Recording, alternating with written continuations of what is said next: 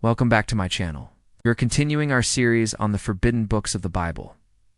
Now, if you've been following our series, we just recently completed the Gospel of Thomas, and prior to that, we did the Gospel of Mary and the Secret Book of John. If you haven't yet watched those videos, be sure to go back and watch them. You'll get to hear about Jesus' secret teachings and what he really had to say about salvation. Now today we're going to look at another one of the forbidden or pseudepigraphal books of the Bible. And I know a lot of you guys have been waiting for us to get to this one because it is such a fascinating book. This is the book of Jubilees. Now I want you to keep in mind as we go through this that these ideas would have been considered heretical by the mainstream Jews of the time, which is why this book was suppressed and kept from the general public. However, these books contain vital missing pieces of history that help us to better understand the evolution of our current-day religions, like the true origin of the universe, the true origin of angels, the origin of humanity, and the true meaning of divine law. Who are the angels of the Lord assembled themselves together before the Lord of the spirits and before the Lord of the earth? These unions produced giant hybrid offspring called Nephilim, whose violent corruption of humanity led to the great flood, which was sent by God to cleanse the earth of evil. And the Lord said to them, I desire to send some of my hosts down to earth, to dwell on earth, and I desire to leave some of myself in heaven. And daughters were born unto them, that the angels of God saw them, and desired them. And they said one to another, Come, let us choose us out wives from the children of men, and bear children to ourselves. And Semyeza, he that was their leader, said to them, I fear lest at the end we should receive our portion in the day of judgment, in the hands of the Most High, if you will. I will destroy the earth and create another earth, the offspring of mankind, the offspring of man, and replenish it with other souls. He gave Mastema, one of the fallen watchers, permission to keep a portion of demons to test humanity. This passage sheds light on the divine permission of evil's limited presence to test and refine humanity, reflecting an intricate balance between divine justice and ongoing spiritual struggle. The children of Seth and the children of Jared, who have done good in your sight. And they will serve you and obey your voice and walk in your ways and do your will. Also, let me know in the comments below what you thought about this book. It's interesting to see how it varies so much. But the Lord said to him, You are Mastema, and the beginning of your name is deceit, and you will not henceforth have any part in the time of righteousness. Wow. So Mastema asked the Lord to allow him to destroy the earth and create a new one, because he wanted to keep a portion of demons to test the children of men. He was trying to argue that demons would be allowed to test the people, and that he would stop them from doing evil. However, God told him that the beginning of his name was deceit, and that he would unhave any part in the time of righteousness. For he has ordained that we shall dwell in the midst of the earth for a time. So here it tells the origin of the Nephilim giants. By proposing a continuous unfolding of divine instruction, it elevated the patriarchs to recipients of wisdom and suggested that true knowledge of God's law transcends human history. They were the product of the forbidden sexual unions between angels and human women, but also promising eventual redemption, the renewal of the temple, and the establishment of a new heaven and earth. This profound theological vision underscores the ongoing cosmic battle between good and evil. Divine justice and mercy, perfectly summarized in the opening chapters with the story of the fallen angels. Their existence was seen as a corruption of the natural order, contaminating both the heavenly and earthly realms.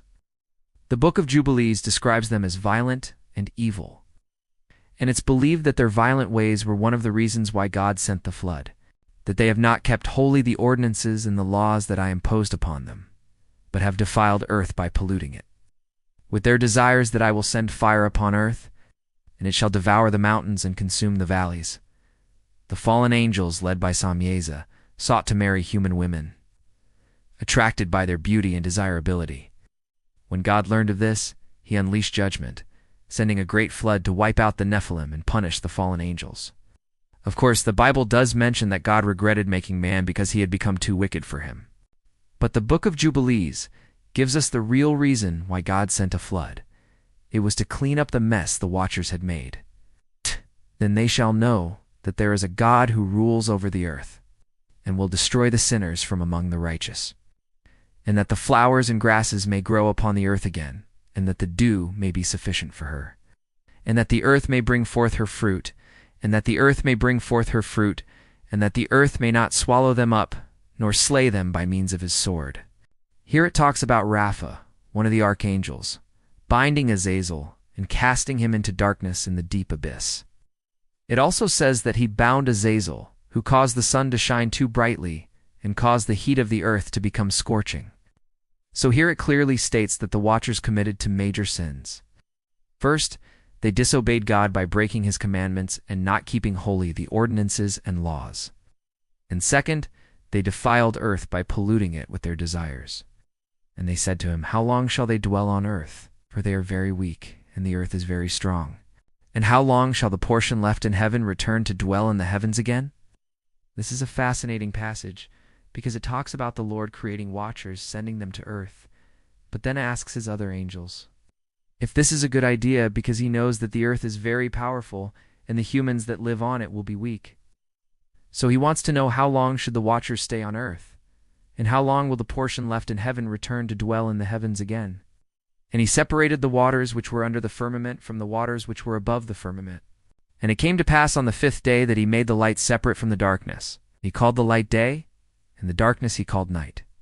And it came to pass on the 6th day that he made the earth, and the heavens, and all the hosts thereof, and all the cattle, and all the wild beasts, and all the things that move upon earth, and the birds that fly with wings.